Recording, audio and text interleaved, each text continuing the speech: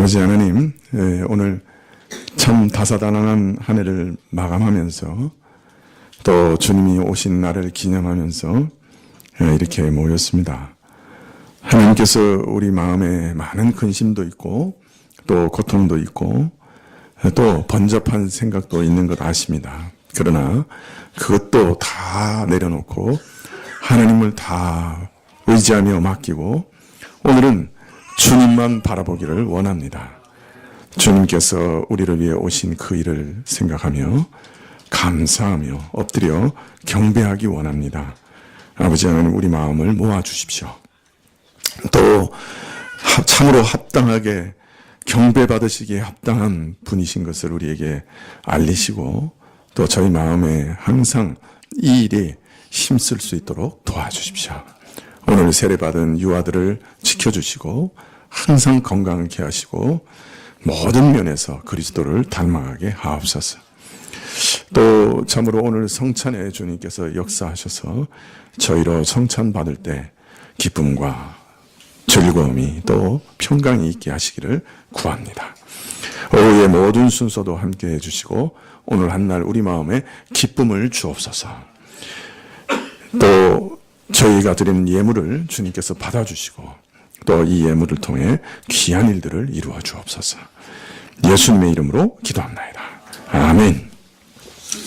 네, 성경 말씀은 마태복음 2장 1절부터 12절까지 봉독해 드리겠습니다. 마태복음 2장 1절부터 12절, 신약이 2쪽인데요. 마태복음 2장 1절부터 찾으신 줄 알고 제가 봉독해 드리겠습니다.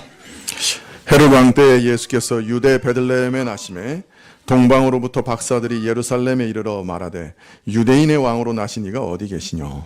우리가 동방에서 그의 별을 보고 그에게 경배하러 왔노라 하니 헤롯 왕과 온 예루살렘이 듣고 소동한지라 왕이 그 모든 대제사장과 백성의 서기관들을 모아 그리스도가 어디서 나겠느냐 물으니 가로되 유대 베들레헴이오니 이는 선지자로 이렇게 기록된 바 또 유대 땅 베들레헴아 너는 유대 고을 중에 가장 작지 아니하도다 내게서 한 다스리는 자가 나와서 내 백성 이스라엘의 목자가 되리라 하였음이니라. 이에 헤롯이 가만히 박사들을 불러 별이 나타난 때를 자세히 묻고 베들레헴으로 보내며 이르되 가서 아기에 대하여 자세히 알아보고 찾거든 내게 구하여 나도 가서 그에게 경배하게 하라. 박사들이 왕의 말을 듣고 갈새 동방에서 보던 그 별이 문득 앞에서 인도하여 가다가 아기 있는 곳 위에 머물러 섰는지라. 저희가 별을 보고 가장 크게 기뻐하고 기뻐하더라. 집에 들어가 아기와 그 모친 마리아와 함께 있는 것을 보고 엎드려 아기께 경배하고 보배압을 열어 황금과 유황과 모략을 예물로 드리니라. 꿈에 헤롯에게로 돌아가지 말라 지시함을 받아 다른 길로 고국에 돌아가니라.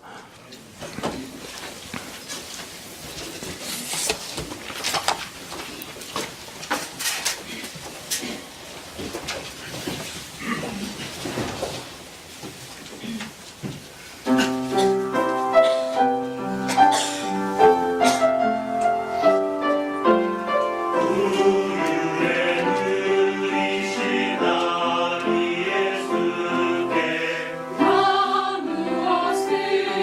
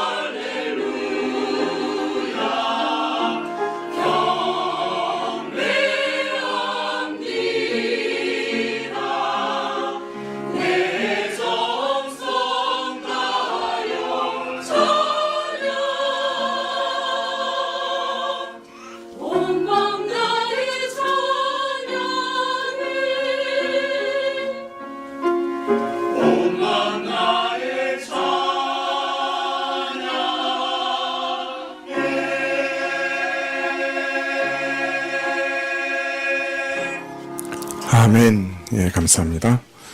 예, 마태복음 1장은 구약 이스라엘과 예수님의 관계를 말씀하고 있습니다. 구약은 예수님과 어떤 관계에 있느냐? 한마디로 아브라함과 다윗에게 주신 옛 언약의 성취자요 완성자라 하는 것을 말씀하고 있습니다. 바로 이어서 2장에서는 예수님의 탄생 당시와 당시 이스라엘과 예수님의 관계를 다루고 있습니다. 예수님 탄생 당시 이스라엘은 예수님께 어떤 반응을 보였나 하는 것을 말해주고 계시는 것이죠. 이스라엘의 반응은 매우 이상한 일로 촉발됐습니다. 예수님이 탄생하신 후 얼마 되지 않아서 예루살렘의 일군에 페르시아 지역의 박사들이 도착했습니다. 이들이 예수님께 드린 예물이 셋이라 이들이 3명이라고 생각하지만 먼 사막을 건너기 위해서는 상당히 많은 사람들이 동행하지 않았을까 이렇게 생각되어집니다. 성경에서는 이들을 복수로 그냥 가리키고 있을 뿐이지 정확한 수에 대해서는 침묵하고 계시죠. 이들의 행렬은 분명 예루살렘 사람들의 이목을 집중시켰을 겁니다. 왜냐하면 이들은 예루살렘에 도착하자마자 유대인의 왕으로 나신 이가 어디 계십니까? 하고 수소문하고 다녔기 때문이죠.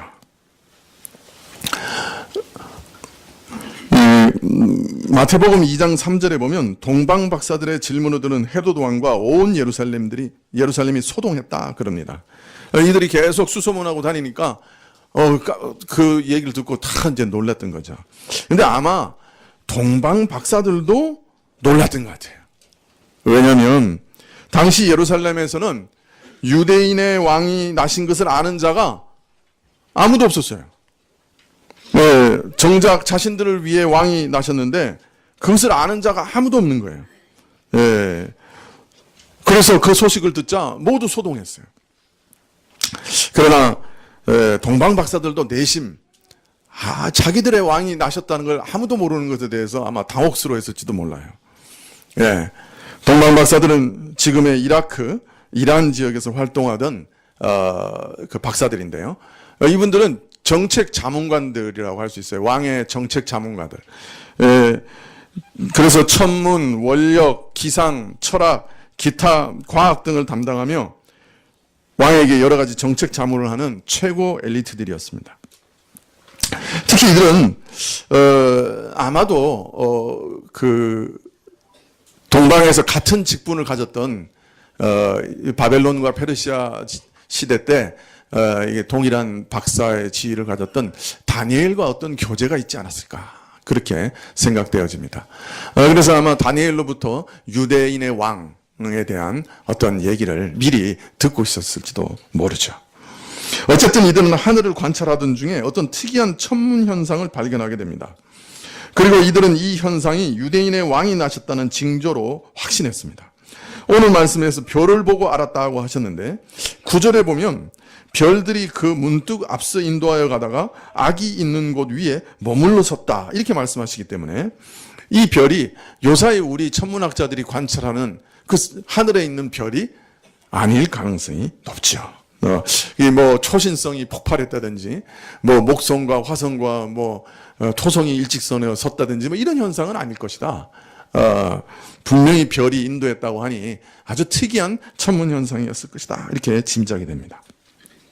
그것이 무엇이든지 간에 이들은 이 현상을 볼 때 유대인이 왕이 나셨다 하는 징조다 이렇게 해석했고 또 수개월 동안 사막을 건너는 혹독한 여행을 감당할 만큼 확신을 가질 수 있었다 그렇게 말할 수 있습니다.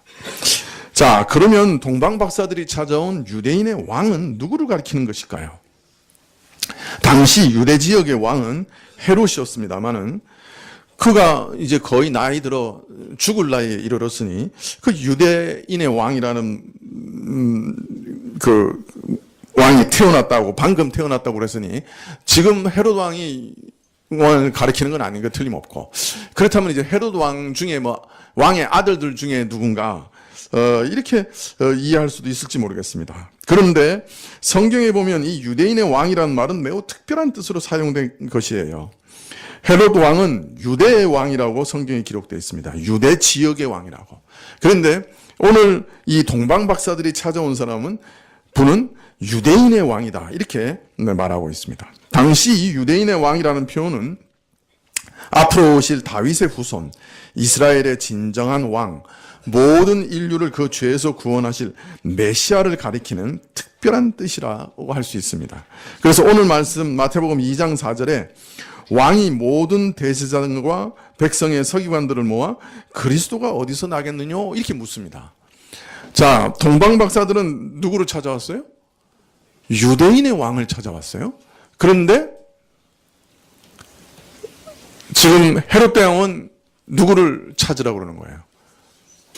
네? 그리스도, 메시아를 찾으라고 얘기하는 거죠. 그러니까 헤롯 대왕이나 그 당시 모든 이스라엘 사람들이 유대인의 왕이라는 말을 들을 때 누구라고 생각한 거예요? 예, 예언한, 그 구약에서 그토록 오랫동안 예언한 메시아다. 이렇게 이해했던 것입니다. 그래서 그리스도가 어디서 나겠느냐 하고 그 성경 박사들을 다 모아가지고 물어봅니다. 자, 물어보니까 헤롯과 성경을 연구하는 서기관들이 모여서 성경을 딱 이렇게 찾아봤겠죠. 그리고 뭐 어떤 면에서 그 서기관들 중에는 아주 잘 아는 사람들도 있었을 거예요. 그래서 구약에서 예언한 구원자 이분이 어디서 오시는가 단번에 알아냈죠.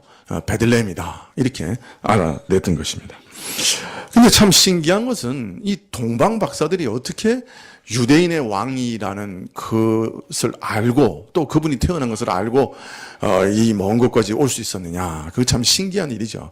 저들이 어떤 믿음을 가지고 있었는지 명확하지는 않지만 분명히 저들 안에는 유대인의 왕이라고 하는 개념이 있었고 또 어떤 면에서는 그리스도라는 개념이 생각이 있었는지도 모릅니다. 그래서 아마 다니엘이나 이런 사람들한테 배운 것이 아닌가 짐작이 갑니다. 자, 한편 동방 박사들이 가져온 충격적인 소식에 대해 당시 예루살렘은 매우 의외의 반응을 보입니다. 1차로 누구보다 이 소식을 반기고 당장 조사단이나 경축 사절단을 꾸밀 것으로 예상되었던 교회 지도자들은 너무나 차분한 반응을 보입니다. 아니, 무관심으로 일관합니다. 대제사장과 서기관들은 장차 오실 다윗의 자손 메시아께서 태어날 곳이 베들레헴이라고 하는 것을 성경을 통해 이미 알고 있었습니다. 그래서 헤롯이 자문을 구하자 저들은 자신들이 알고 있는 지식을 정확하게 제공했죠. 구약 미가서에서 앞으로 오실 메시아가 베들레헴에서 태어날 것이라고 예언하고 있습니다. 아주 정확한 지식을 제공합니다. 그러나 그뿐이었어요. 구약에서 누누이 미리 예언하고 계시고 또 유대 민족의 유일한 소망이신 메시아, 바로 저희를 위해 보내신 메시아, 그 메시아의 탄생에 대한 소식을 듣고도 별다른 관심 갖지 않았어요. 이방인의 박사들은 별의 인도함을 받아 그 먼 길을 여행하여 지금도 참 나라를 몇 개를 건너가는 그런 여행이어야 되는데 당시에는 참 얼마나 힘들었겠어요. 광야를 건너고 사막을 건너고 참 오랜 세월 3개월 이상의 참 고된 여행 끝에 찾아왔는데 이 사람들은 그저 이 유대 지도자들은 박사들의 전한 소식으로 잠깐 소동했을 뿐 깊은 관심을 가지지 않았어요. 찾아보려고도 하지도 않고 심지어 따라가 보려고도 하지 않았어요. 그런데 오히려 매우 적극적인 반응을 보인 사람이 한 사람 있었어요. 누구죠? 헤롯이었어요. 당시 유대를 다스리던 헤롯 왕은 그가 참 유대를 다스리기는 하지만 사실은 전통성이 없는 왕이었죠. 그래서 늘 그걸 불안해했는데 유대인의 왕이 출생했다는 소식을 듣고 아주 경각심을 가질 수밖에 없었습니다.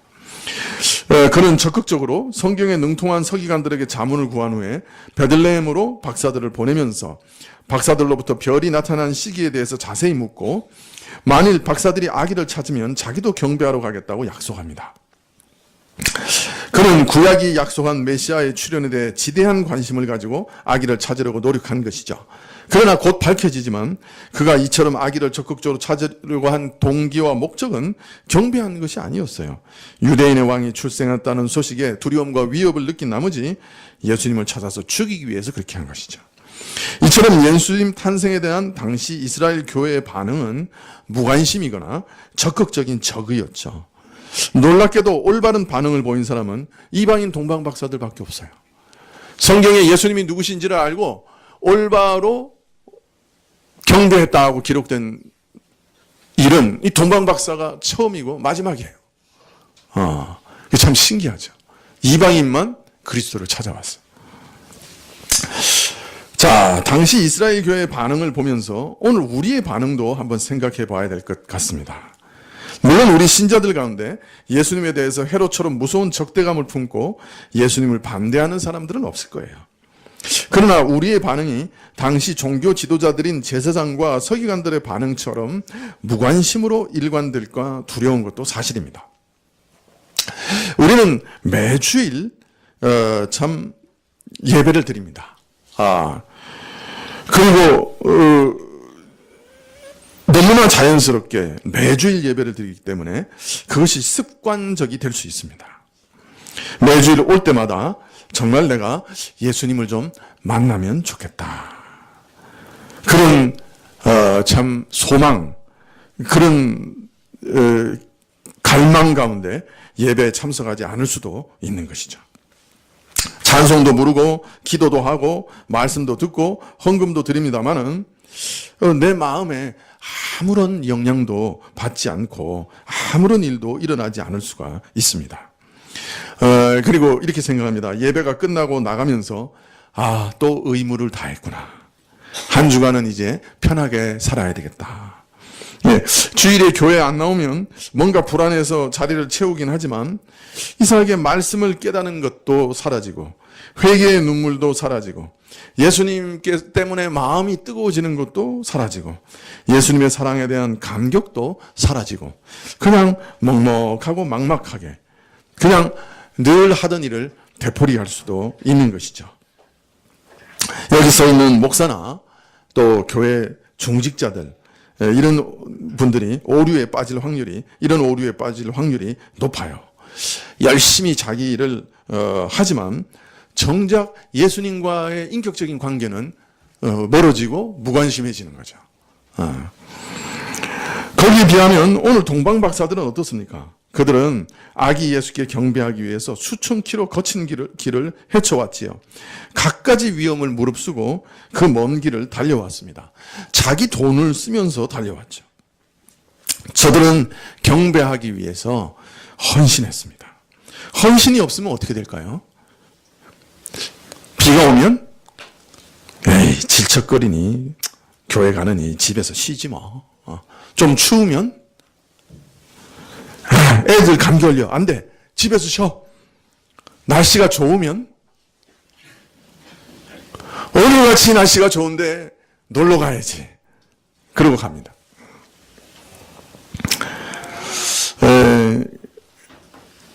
그러나 동방박사들은 아기 예수를 예배하기 위해서 모든 것을 희생하고 헌신합니다. 이것이 참 예배자들의 모습이죠. 그들은 황금과 유향과 몰약을 아기 예수께 올립니다. 이것은 예수님이 왕이시라고 하는 신앙의 고백이에요. 왕에게 드리는 예물입니다. 여러분, 예배에는 예물이 준비되어 있어야 합니다. 최상의 예물을 준비해야 합니다. 여러분이 드릴 수 있는 최상의 예물은 뭐죠? 11조? 감사헌금? 시간? 나 자신? 그 모든 것 드리지만 하나님이 받으시기 원하시는 것은 참된 믿음이겠죠. 믿음을 가지고 나오는 길을 원하시겠죠. 믿음 없이 그냥 나오는 걸 원하지 않으시겠죠. 마음이 나오는 걸 원하시겠죠. 몸만 나오는 걸 원하지 않으시겠죠. 우리 믿음의 고백과 감사가 왕에 대한 진정한 순복이 예배의 예물입니다. 그래서 우리가 이 일주일에 한 번 이렇게 한 지정된 장소에 지정된 시간에 온 교인이 함께 모이는 이유는 일주일 동안의 순종, 그 경배, 그 삶 속에서의 모든 순종과 예배를 그 열매를 다 가지고 와서 하나님께 드리는 거예요. 그래서 믿음과 또 일주일 동안 삶에 대한 감사와 그리고 내가 일주일 동안 하나님 앞에서 살려고 했던 모든 노력과 그 열매들을 이렇게 가지고 와서 하나님께 예물로 드리는 거예요. 예, 그게 바로 이 시간이에요. 아주 엑기스를 가지고 와서 이렇게 드리는 시간이에요. 그러니까 얼마나 귀해요. 자, 우리는 어떤 믿음의 예물을 드려야 할까요? 가장 중요한 것은 예수님을 우리의 구원자로 고백하는 것입니다. 참 우리 죄를 용서해 주시고 내가 받아야 할 지옥의 형벌을 십자가에서 대신 받으시고 나를 구원해 주신 예수님, 그분을 믿고 감사드리고 나의 구원자로, 메시아로 고백해야 하는 것이죠. 더하여 예수님을 하나님의 아들로, 하나님 나라의 왕으로 고백해야 합니다. 우리는 예수님을 나의 구원자로 고백하고 찬양할 뿐 아니라 예수님을 나의 하나님으로, 나의 왕으로 영접하고 경배해야 되는 것이죠. 이 동방 박사들이 왕에게 드린 예물을 드리고 왕으로 경배했던 것처럼 우리도 경배하는 것입니다. 우리가 매주일 교회에 올 때 바로 이 예수님을 내 마음에서 만나기 위해서 오는 겁니다. 예수님을 말씀 속에서 만나기 위해서 오는 겁니다. 예수님을 내 앞에 계신 것처럼 믿고 그분에게 절하기 위해서 오는 겁니다. 그리고 예수님을 만나고 나의 구세주, 나의 하나님, 나의 왕으로 인정하고 고백하고 경배하기 위해서 오는 것입니다. 이것이 가장 중요한 목적이에요. 그러니까 우리가 여기 모여서 일주일마다 예배드리는 그 이유는 예수님께 경배하기 위해서 오는 겁니다. 그리고 그 경배하는 믿음으로 일주일을 모든 삶을 살기 위해서 그 결단의 시간으로 오는 것이죠. 우리가 예수님의 왕권을 인정하고 예수님을 내 삶과 내 마음의 왕으로 모셔드리면 우리 마음에 참 평강이 넘치게 됩니다. 왕의 말씀이, 왕의 통치가 내 삶과 내 마음을 지배하게 됩니다. 만일 이 통치를 우리가 거부하게 되면 어떻게 될까요? 내 마음은 바로 길을 잃게 됩니다. 그리고 내 마음속에 있는 허망한 것을 쫓아 살아가게 되죠. 그렇게 되면 온갖 악한 일들이 내 가운데서 쏟아집니다. 이것을 로마서 1장 29절 이하에 이렇게 말합니다. 모든 불의, 추악, 탐욕, 악의가 가득한 자요, 시기, 살인, 분쟁, 사기, 악독이 가득한 자요, 수군수군하는 자요, 비방하는 자요, 하나님을 미워하는 자요, 능욕하는 자요, 교만한 자요, 자랑하는 자요, 악을 도모하는 자요, 부모를 거역하는 자요, 우매한 자요, 배약하는 자요, 무정한 자요, 무자비한 자라. 저희가 이 같은 일을 행하는 자는 사형에 해당하다고 하나님의 정하심을 알고도 자기들만 행할 뿐 아니라 또한 그 일을 행하는 자를 옳다 하느니라. 우리가 신문에서 악한 일을 하고, 그죠? 그런 사람 이렇게 뉴스 읽으면 우리 입에서 뭐가 갑자기 툭 튀어나와요. 이 죽일 놈. 이런 얘기가 나오죠. 우리도 그런 죄를 지으면 사형에 합당하다는 걸 우리가 알고 있는 거예요. 부모를 쳤다. 그럼 우리가 그 동네에서 누가 자기 부모를 쳤어. 자식이 그러면 우리 입에서 뭐라고 나와요? 죽일 놈. 이게 나오잖아요. 그죠? 그 죽일 놈. 우리가 사형에 합당하다는 거 알고 있잖아요. 근데 그런 악한 일을 우리가 하는 거예요.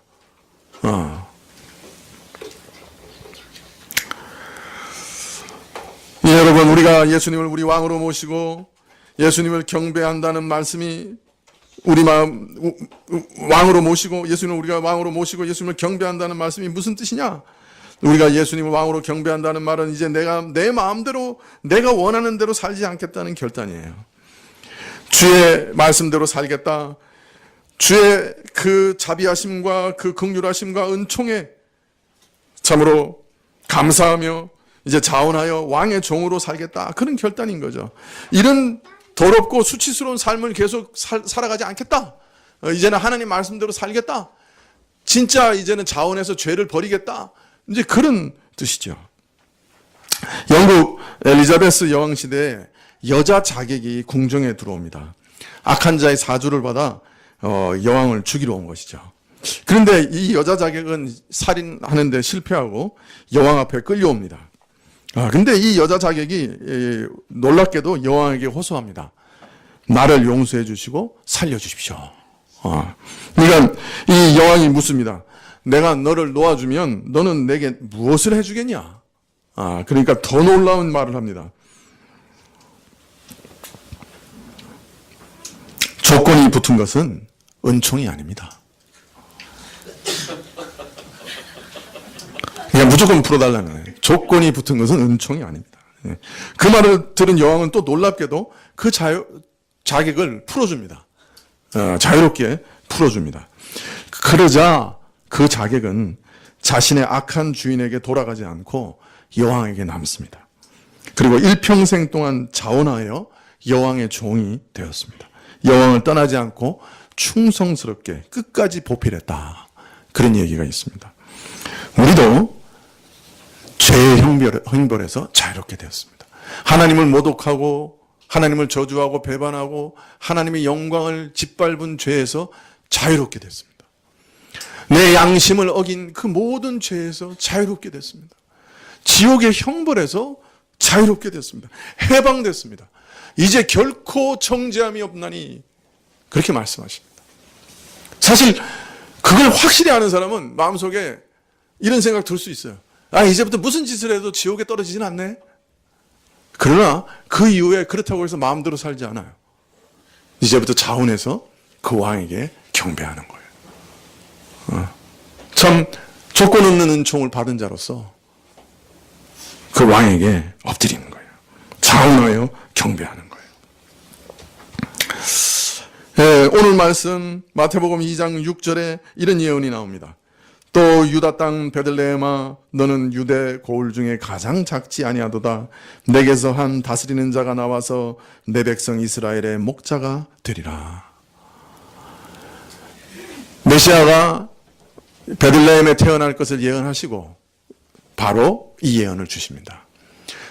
예수님 이 땅에 오시기 700년 전에 미가가 미리 예언한 거예요. 예수님이 오신 건 하나님의 계획대로 오신 거예요. 예수님이 십자가에서 죽으신 것도 하나님의 계획대로 죽으신 거예요. 우리를 위해, 바로 나를 위해 죽으신 거예요. 자, 그런데 이 목자는 어떤 분이시냐? 이분은 어떤 분이시냐? 다스리는 자예요.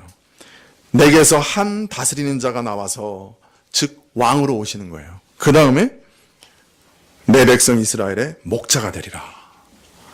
이분은 왕이시고 목자예요. 참 우리가 우리 상실한 마음을 따라서 나 자신을 왕으로 삼고 나 자신을 섬기며 살아갈 때는 마치 길 잃은 처럼 미친 자처럼 살아갑니다. 왜냐하면 우리 마음이 미쳤어요. 나를 가만히 보면 내가 원하는 것도 못해요. 내가 악하다고 생각하는 것을 나는 어느새 하고 있어요. 내가 손가락질 하던 것을 내가 또 어느새 하고 있는 거예요. 그러면서 속으로 생각해요. 나는 왜 이렇게 살지? 내가 왜 이렇게 행하지? 사실은 우리 마음이 미쳤는데 그 마음을 쫓아 살면 어디까지 가서 어떻게 살지 몰라요.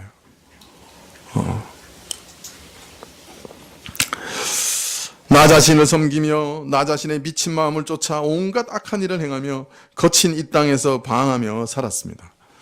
그래서 나 자신과 이웃을 심지어 자식까지 상하게 하고 망하게 하며 살았어요. 그런데 내가 참 목자이신 예수님을 만나고 예수님을 나의 주인으로 왕으로 모셔드리자 이 왕께서 길 잃은 나를 목자처럼 인도해 주십니다. 마치 죽음의 덫에 걸린 양처럼 애처로운 울음소리를 내며 절망하고 있을 때 참 목자 되신 우리 왕이 따뜻한 손길을 내미시죠. 우리를 죽음의 덫에서 구원해 주시죠. 그리고 이후로는 길 잃지 않도록 우리를 바른 길로 인도하십니다. 이제는 내 미친 마음을 따라 살지 않고 예수님의 말씀을 따라 삽니다. 내 마음이 길을 찾았고 내 마음이 안식을 찾았고 내 마음이 영원한 평안을 찾죠. 영국에서 한 노인이 지나가는 대학생들에게 전도를 하고 있었습니다. 대부분의 학생들은 노인을 피해 지나가고 있었는데 한 학생이 와서 말을 겁니다. 어르신, 아직도 예수가 물을 포도주로 변화시켰다는 말도 안 되는 기적을 믿으십니까? 학생의 물음에 노인이 대답을 합니다.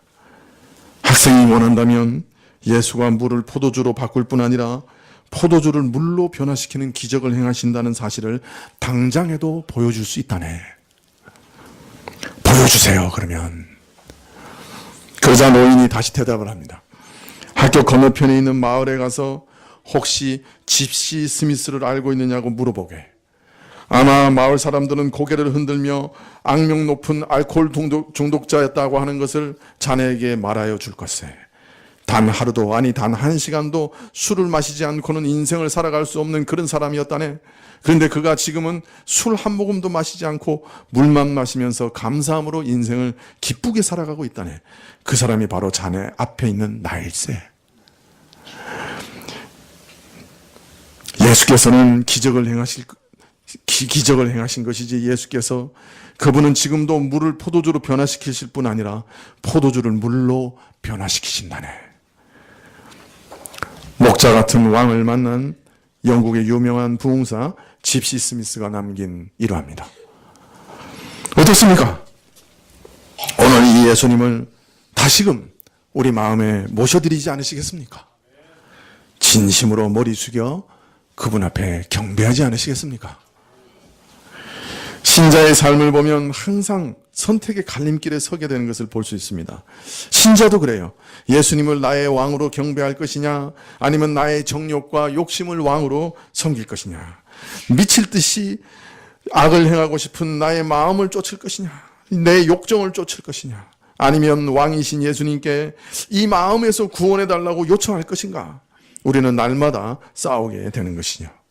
그러나 내가 미칠 듯이 하고 싶은 그 정욕을 하나님 앞에 고백하고 하나님 뜻대로 살겠습니다, 믿음으로 고백할 때, 내가 미칠 듯이 하고 싶은 마음을 꺾어버리고 주님께 순복할 때 싸움이 끝나고 평안이 다가오죠. 사실 어떤 분에게는 오늘 예배에 나오시는 것도 힘든 싸움이었을지도 모릅니다. 오늘 이 예배에 참석하신 교우들 중에도 예배 나올까 말까, 그냥 텔레비전 보고 집에서 뒹굴까 마음에서 싸우신 분들이 혹 있을지도 모릅니다. 저도 목사이지만 어떤 경우에는 예배에 나오는 것이 힘들 때도 있습니다.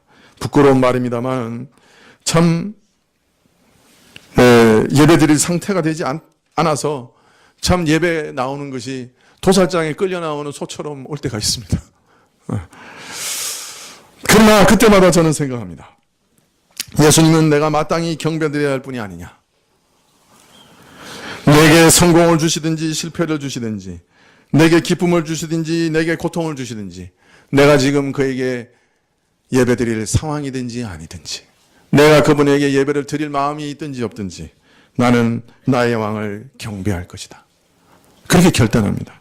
그리고 일어나서 예배하러 나오는 것이죠. 교우들이 오든지 안 오든지 사실 그렇습니다. 나는 예배하러 옵니다. 왜냐하면 예배하는 것이 내 인생의 최고로 중요한 일이니까요. 많은 분들이 함께 와서 같이 예배 드리기를 원합니다. 정말 간절히 원합니다. 그러나 온 우주에 예배할 사람이 단 한 사람만 남는다 하더라도 나는 예배할 겁니다. 그분 앞에 엎드릴 겁니다. 어떤 상황이든지. 기도할 때도 참 예수님을 경배하는 것이 힘이 들 때가 있습니다. 내가 지금 기도하는 이 기도는 꼭 하나님이 들어주시면 좋겠어요. 너무나 필요한 것이에요. 이거 없으면 살 수 없을 것 같아요. 그래서 하나님 이거 꼭 들어주세요. 그래서 내 뜻대로 마시고 주의 뜻대로 하십시오 하는 말이 안 나와요. 어떤 경우에는 참 오랜 시간, 몇 날, 몇 달을 기도한 후에야 내 뜻대로 마시고 주님 뜻대로 하십시오라는 기도로 마칠 수 있게 되는 것이죠. 사실 예수님께서 선한 목자이신 왕이시니 누구의 뜻대로 이루어지는 게 합당한 겁니까? 내 뜻대로 이루어지는 게 정말 내게 좋은 일일까요? 아니면 주의 가장 선하신 뜻이 이루어지는 것이 정말 내게 좋은 일일까요? 그래서 기도하면서 내 뜻대로 마시고 주의 가장 선하신 뜻대로 하옵소서 고백하게 될 때 사실은 우리는 예수님께 절하게 되는 것입니다. 경배하는 것입니다. 사실 우리 삶의 모든 기쁨과 환난, 슬픔, 행복과 불행, 성공과 실패, 이 모든 것에 대해서 우리는 왕께 경배해야 합니다. 우리에게 모든 좋은 것을 주시고 성공과 기쁨을 주실 때 우리는 깊이 머리 숙여 우리 왕께 감사하며 경배하게 될 것입니다. 그러나 심지어 불행을 주셔도 우리는 경배합니다. 욥은 가장 큰 환난을 받았을 때도 우리가 하나님께 복을 받았으니 재앙도 받지 않겠느냐 하며 자신의 왕을 경배했습니다. 앞날이 막막하고 모든 것이 보이지 않고 어떻게 해야 할지 모를 때도 우리는 거기 멈춰서서 경배합니다. 나의 왕이여, 내가 어떻게 하기를 원하십니까? 그저 저는 주님을 신뢰하고 왕이신 주의 명령을 기다리고 있습니다. 엎드려 경배합니다. 내가 그만 나의 상실한 마음대로 행해서 나의 일과 나의 삶을 다 망쳐버린 것을 깨닫게 되는 순간에 우리는 또 왕에게 나가 경배합니다. 제가 제 마음의 욕심과 상실한 마음대로 해서 하나님이 맡기신 일을 완전히 망쳐버렸습니다. 죄송합니다. 회개합니다. 그러나 왕이신 주께서는 이런 자도 버리지 않으시고 살 길을 마련해 주시고 새롭게 하실 줄 믿습니다. 그리고 그 앞에 절합니다. 그런데 이렇게 경배하면 문제가 당장 해결되지는 않을지라도 제일 먼저 우리 마음에 평강이 찾아옵니다. 고요히 주님을 바라볼 힘과 용기가 주어지죠. 경배하면 우리 살 힘이 주어져요. 원망과 불평을 할 때는 살 힘이 주어지지 않습니다. 그런데 아무것도 변하지 않았지만 주님 앞에 나와 경배하기 시작하면 이상하게 우리에게 살 용기와 힘이 주어져요. 이처럼 경배, 이것은 우리 신앙의 첫 시작일 뿐 아니라 또 우리 신앙의 최종적인 목적이고 또 목표이기도 합니다. 우리는 이 땅에 왜 있습니까? 이 땅에서 경배하는 자로 남아있기 위해 존재합니다. 세상 사람들이 다 예수님을 무시하고 저주하고 손가락질해도 우리는 경배하는 자로 서 있을 겁니다. 오늘 성탄절을 맞아 우리 모두가 동방박사들처럼 온 마음으로 예수님께 절하고 경배할 수 있기를 소원합니다. 기도하시겠습니다.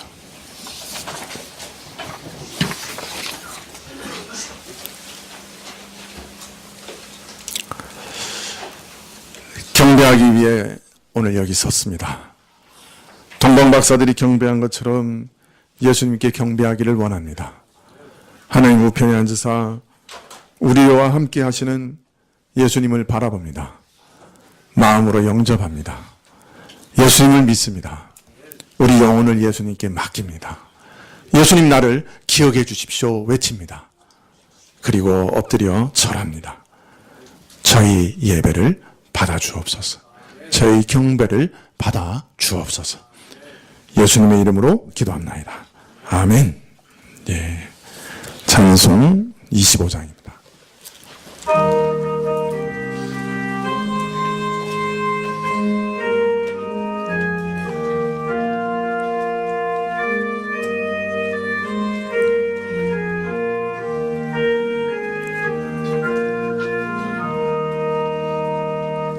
멸류관 가지고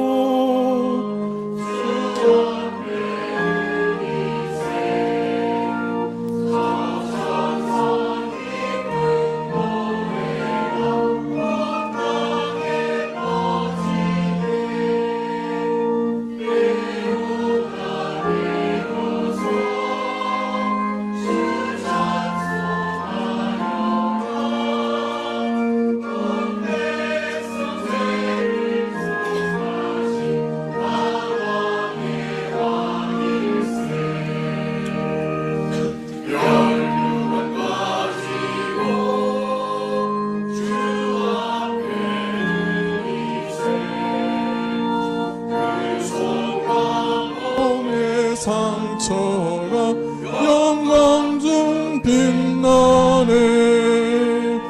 하늘의 천사도 그 영광 보고서 고난의 신비 알고자 늘 흠모하도다. 멸류관 가지고 주 앞에 들이세 온 세상 전쟁 그치고 참 평화 오겠네. 주 보좌 앞에서 온 백성 엎드려 그 한량없는 영광을 늘 찬송하겠네.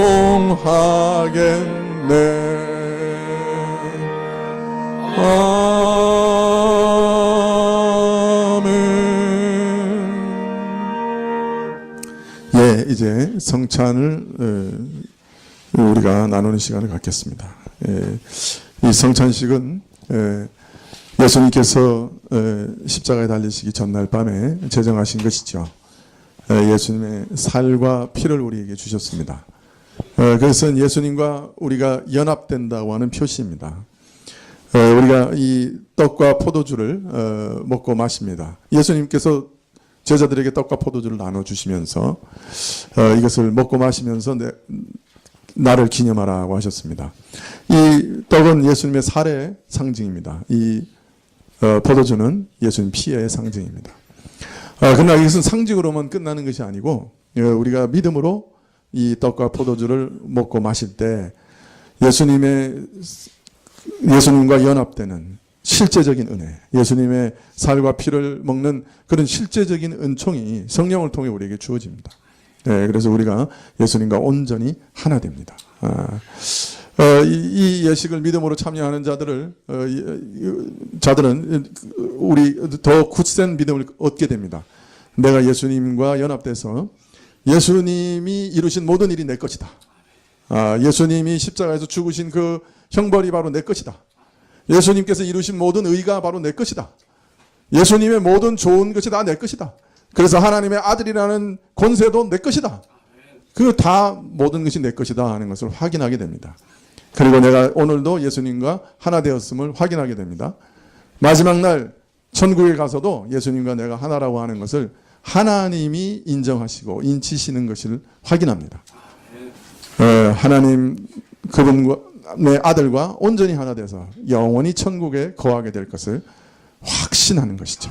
바로 이러한 확신을 돕기 위해서 예수님께서 이것을 제정하신 거예요. 우리가 늘 의심하고 불안하는 자들이니까 아예 그냥 행위로 이 예식에 참여하고 진실된 마음과 정말로 정직한 믿음으로 참여한 자들은 절대로 버림을 받지 않고 예수님과 완전히 하나 된 것이 확실하고 마지막 날에도 하나님께서 인정하실 것이다 하는 것을 이 예식을 통해서 우리가 확신하게 하기 위해서 이렇게 눈으로 보고 실제로 맛볼 수 있는, 만질 수 있는 이런 예식을 우리에게 만들어 주신 거예요. 허락하신 거예요. 우리 믿음을 돕기 위해서 이 일을 허락하신 거예요. 그렇기 때문에 우리가 이 믿음으로 참여하는 자는 더욱더 큰 믿음으로 응답을 받습니다. 네, 그러나 이 믿음에 참여하기 위해서 먼저 우리가 조금 준비해야 될 것이 있어요. 그것은 뭐냐면 우리 안에 예수님 외에는 다른 구원의 소망이 없습니다. 나는 예수님 외에는 그 누구도 믿지 않고 또 다른 것도 의지하지 않고 예수님만 믿어 구원에 이르고자 합니다 하는 믿음이 분명히 있어야 됩니다. 또 내 가운데 죄가 있다고 하면, 또 회개치 않은 죄가 있다면 이 죄를 버리겠습니다. 회개합니다. 혹 내가 다시 또 넘어질 수도 있지만 그러나 이 시간에 그것들을 다 버리기로 결단합니다 하는 믿음이 있어야 됩니다. 또 누군가 용서하지 않는 사람이 있다고 하면 용서하시는 것이 좋습니다. 용서는 굉장히 큰 특권이에요. 그러니까 우리가 그러한 하나님으로부터 특권을 받았으니 그 용서를 하는 것이 합당합니다. 그래서 이 시간에 잠깐 내가 정말 그런 믿음 가운데 고백할 수 있는가? 혹 믿음이 없다고 하면, 그런 믿음이 흔들린다고 하면 주여 내가 믿사오니 그러나 믿음 없는 거 아시오니 내게 믿음 주십시오. 그렇게 기도하는 게 좋습니다.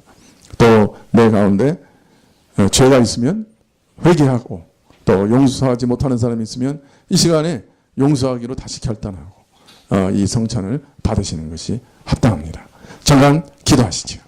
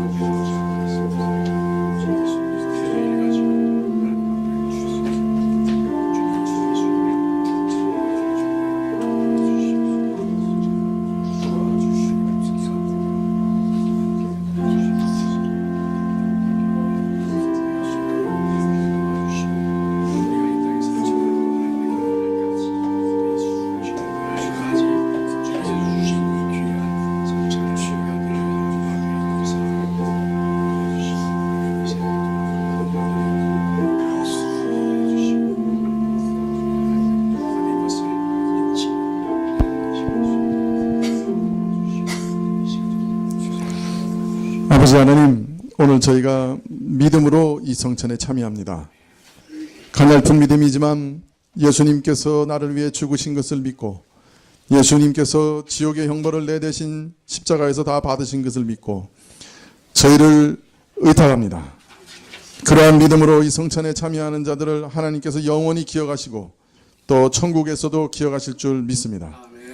저희의 믿음을 행위로 고백하기 위해 이 성찬에 참여하오니 주님께서 함께하여 주시옵소서. 저희 연약한 믿음이 강해지고 저희 연약한 육신이 강해지고 저희 연약한 심령이 강건해지게 하여 주시옵소서. 저희에게 예수님의 살과 피에 참여하는 그 은혜가 실제적으로 성령 안에서 이루어질 수 있도록 허락하여 주시옵소서. 예수님의 이름으로 기도합나이다. 아멘. 네, 이제 분병하겠습니다. 이 성찬은 세례를 받으신 분들은 다 참여하실 수 있고 유아 세례를 받으신 분 중에 입교하신 분들은 다 참석하실 수 있습니다. 저희 교회 교인이 아닐지라도 다 참석하실 수 있습니다.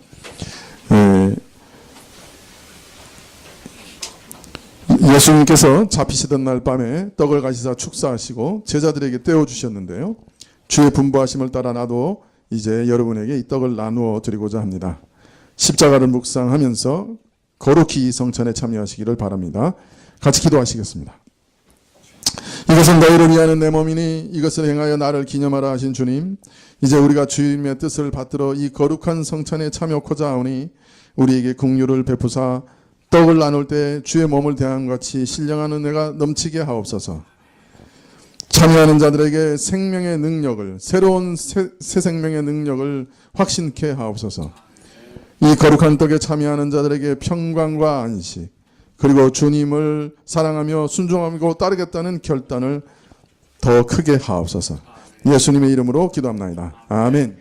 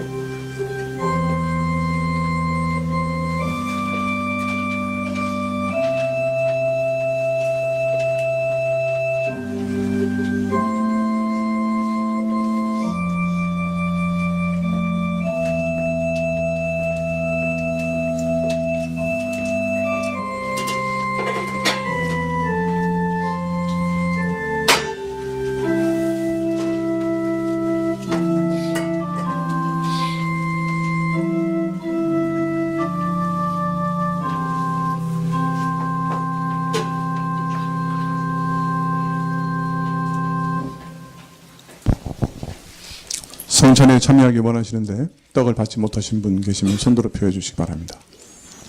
예, 그러면 분잔하겠습니다.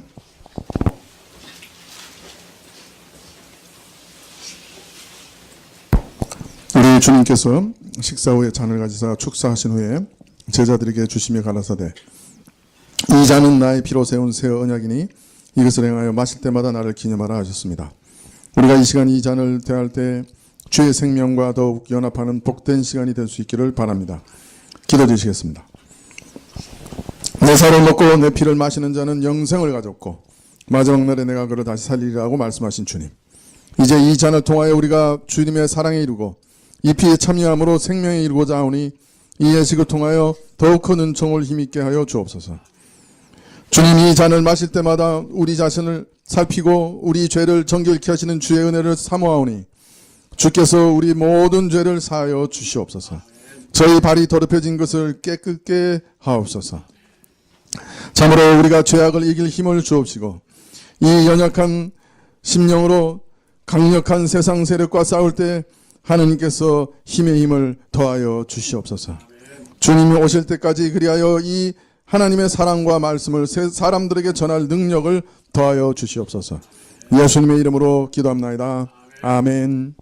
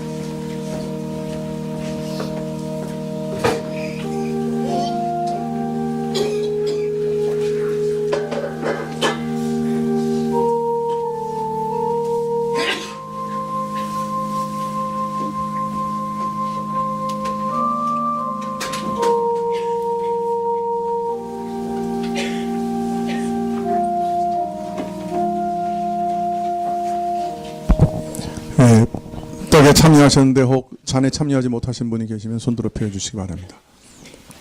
예, 찬송가 285장 찬송하시겠습니다.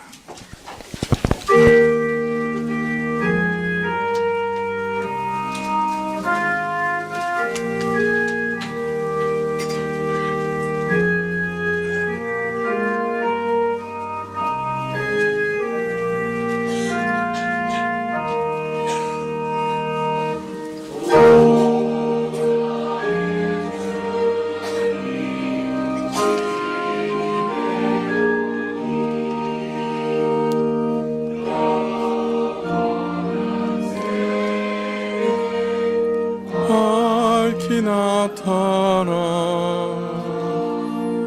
한없는 은혜 드리노니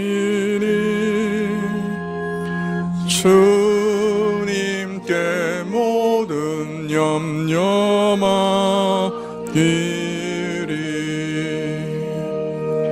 주님의 떡을 내가 먹으며 주님의 잔을 내가 마시고 근심의 짐을 벗어버리니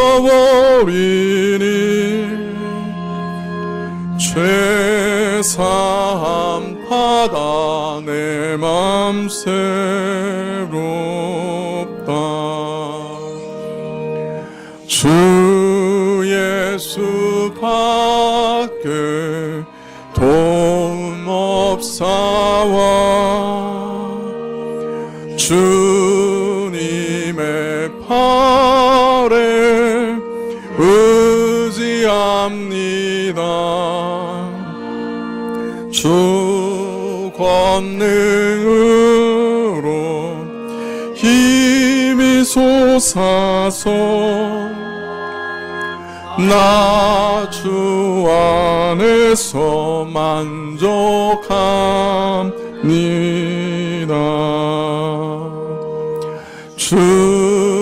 주님의 성참 받을 때마다 하늘의 기쁨 미리 맛보고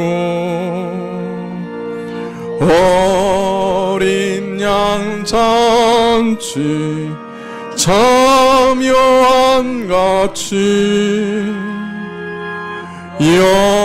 영원한 축복 내가 누리리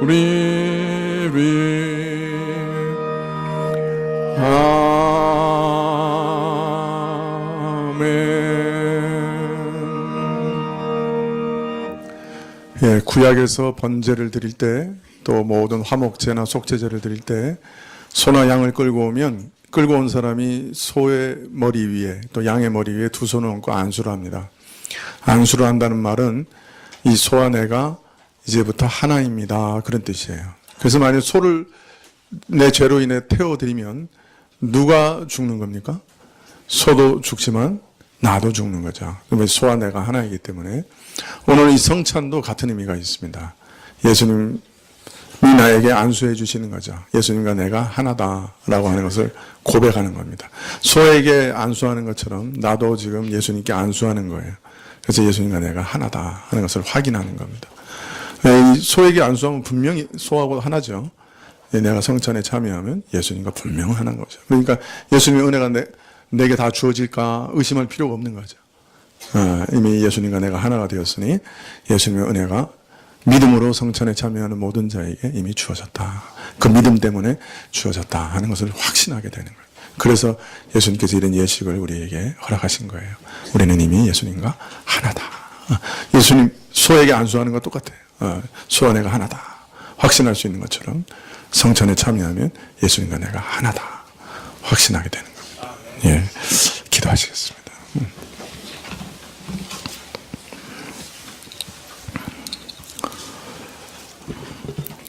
지금은 우리 주 예수 그리스도의 은혜와 하나님 아버지의 그 크신 사랑과 이 은혜와 사랑을 깨닫게 하시고 누리게 하시는 성령님의 교통하시고 역사하심이 오늘 유아 세례 받은 모든 아이들 위해와 또 오늘 성찬에 참여한 모든 주의 백성들 위해와 또 오늘 예배에 참석한 모든 분들 위해 지금부터 영원까지 함께 계실지어다. 아멘, 아멘.